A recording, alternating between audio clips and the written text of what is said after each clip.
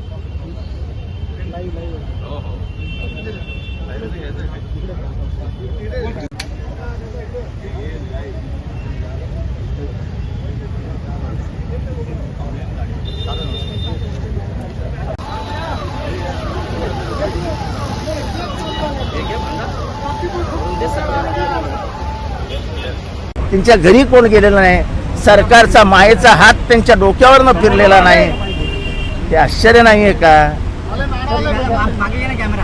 एक FIR घेतली जाते, दुसरी FIR घेतलीच जात नाही, हे आश्चर्य नाहीये का? त्या लहान पोरीला जागेवर नेऊन तिला एक्सपोज केलं जातं. कधीही निर्भया केसमध्ये सांगितलेलं आलंय की कुठल्याही विक्टीमला एक्सपोज करू नका, त्याची ओळख होऊ देऊ नका.